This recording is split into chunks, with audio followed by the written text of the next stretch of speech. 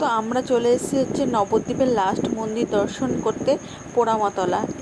এই মন্দিরটা দর্শন করে আমরা চলে যাব মায়াপুরে। তো এখানে এসে ফার্স্টেই আমাদের সাথে হয়ে গেল বড় সড়ো একটা স্ক্যাম আর প্রচণ্ড পরিমাণে ঝগড়া। কি হয়েছিল তোমাদের সবটাই ডিটেলসে বলবো, অবশ্যই ভিডিওটি স্কিপ না করে দেখতে থাকো।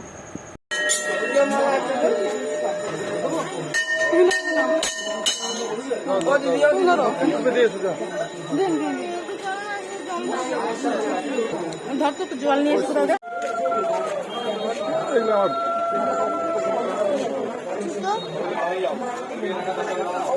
জুতো পরে চলে এসছি। জুতো কথা বলবে ওইখানে রাখ, ওইখানে রাখ, ওইখানে দোকানে বসে রাখ।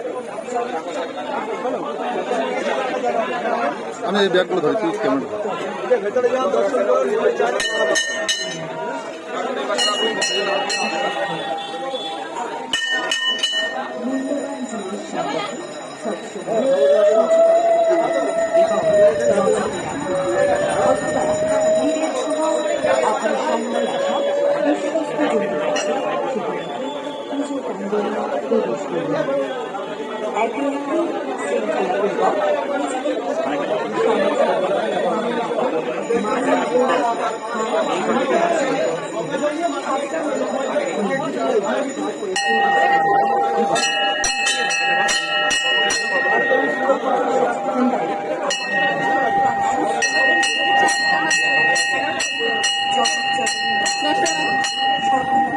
তিরিশ টাকা দাও, 30 টাকা, 30 টাকা দাও।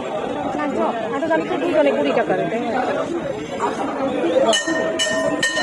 10 টাকা, 10 টাকা ওই একসাথে দিয়ে দাও।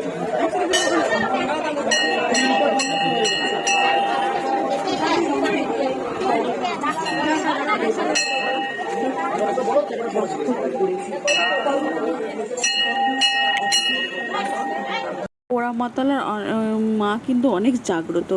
তো আমরা কিন্তু সবাই এখানে পুজো দিয়ে দিলাম। আর হচ্ছে তাতান, দেখো তাতানের মামনির কোলে বসে আছে, আর তাতানের নামে ও পুজো দিয়ে দিলাম। তাতানের মাথায় একটু যে ব্রাহ্মণ ঠাকুরকে বলা হলো ফুল ছুঁয়ে দিতে। আর তাতান এদিকে ঘুমিয়েছিল, কিন্তু যখন ওকে নিয়ে যাওয়া হলো মায়ের সামনে তখনও জেগে গেছে আর কি। আর পাশে একটা শিব মন্দির ছিল, সেখানেও পুজো দিয়ে আর ভিডিও করা হয়নি, একটু ঝামেলা হয়ে গেছিলো আর কি। আমাদের পুজো দেওয়া কমপ্লিট হয়ে গেছে। এবার আমরা চলে এসেছি ফেরিঘাটে। এই ঘাট থেকে লঞ্চে করে আমরা ওপারে যাব। ওপারে হচ্ছে মায়াপুর। তো ভিডিওর শুরুতে তোমাদের আমি বলেছিলাম যে পোড়ামাতলা গিয়েই ফার্স্টেই আমাদের সাথে বড়সড় স্ক্যাম হয়ে গেল আর প্রচণ্ড পরিমাণে ঝগড়া বেঁধে গেছিলো। কী হয়েছিল এবার তোমাদের ডিটেলসে সেটা বলি। ঠাকুরের স্থানে এসে সবাই যে মানে যারা ট্যুরিস্ট যায় আর কি, তাদের সাথে যে এত বড় স্ক্যাম করে, যারা ওখানে মানে ডালিগুলো বিক্রি করে। ওখানে তোমাদের বলবে এক এক বলবে যাও যাও পুজো দিয়ে আসো, তারপর দেখবো, তারপর তোমাদের কাছ থেকে ঝেপে টাকা নিয়ে নেবে। তো যারা যাবে তারা খুব সাবধানে এই জিনিসটা খেয়াল করবে। তো যাই হোক, ওইসব কথা বাদ দাও। আর দেখো গঙ্গার ঘাট, মানে আমরা লঞ্চে থেকে ওপারে মায়াপুরে আর কি স্কন যে নতুন মন্দিরটা হচ্ছে স্কনের, সেটা দেখা যাচ্ছে, সেটাই তোমাদের সাথে শেয়ার করলাম। আর এইদিকে বেচারা তাতান নাজেহাল অবস্থা, বেচারা ঠান্ডা লেগে গেছে আর ওর ভালোও লাগছে না, গরমও লাগছে। তাও তো আমাদের অনেক আগে আসার কথা ছিল, বাট আমরা একটু বৃষ্টি ওয়েদার মানে চাইছিলাম যে বৃষ্টি হোক তারপরে যাবো। এই গরমে মানে সবার নাজেহাল অবস্থা হয়ে যাবে। তাও তো সেই দিনের ওয়েদারটা এত ভালো ছিল, সারাদিন বৃষ্টি হচ্ছিলো, তার আগের দিন থেকে বৃষ্টি হচ্ছিলো, বাট তাও তাতানের এত গরম লাগছিল। তো যাই হোক, আমরা এই যে স্কনের সামনে পৌঁছে গেছি।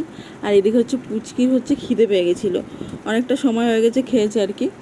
তো পুচকিকে নিয়ে সঞ্জু যে গেছে হচ্ছে দোকানে খাবার কিনে দিতে। তো ও আবার খাবার কিনে নিয়ে এসে একবার দিদুনকে খাইয়ে দিচ্ছে, আমাকে খাইয়ে দিচ্ছে। ও আবার একা কোনো জিনিস খায় না। আমাদের পুচকির মধ্যে এই গুণটা খুব ভালো। এমনিও খুব ভালো, মানে কোনো গুণই খারাপ নেই, কিন্তু এই গুণটা ও একা কোনো সময় খাবে না। তো যাই হোক, ওরা গেছে হচ্ছে টিকিট কাটতে ভোগের। আর এদিকে দেখো ও একদম বাজে অবস্থা হয়ে গেছে, ও ক্লান্ত হয়ে পড়েছে, ওর আর ভালো লাগছে না, যেমন গরম লাগছে। আর সারা নবদ্বীপ তো প্যান্ট ছাড়াই ঘুরে গেল, এখন মায়াপুরেও প্যান্ট ছাড়াই ঘুরে বেড়াবে, মানে প্যাম্পার্সটা পর্যন্ত পড়ছে না, এত গরম লাগছে। প্যাম্পার্স পরাচ্ছি আর কান্নাকাটি করছে, খুলে দিচ্ছি। আর এদিকে যাই হোক, ওরও খিদে পেয়ে গেছে, সে সকালবেলা খেয়েছে, তাই ওকে আগে খাইয়ে নেব। ওরা গেছে ভোগ খেতে, আর ওরা আসবে, তারপর ওদের কাছে দিয়ে আমরা যাব। তো এখানে চলে এসেছি। এখানে প্রথমেই দিয়ে দিয়েছে হচ্ছে ভোগের খিচুড়ি, যেটা খুবই সুন্দর হয়েছিল খিচুড়িটা। তোমরা কে কে স্কনে গিয়ে এরকম ভোগ খেয়েছো অবশ্যই কমেন্ট করো, আর কে কে মায়াপুরে গেছো এই রিসেন্টলি সেটাও অবশ্যই কমেন্ট করো।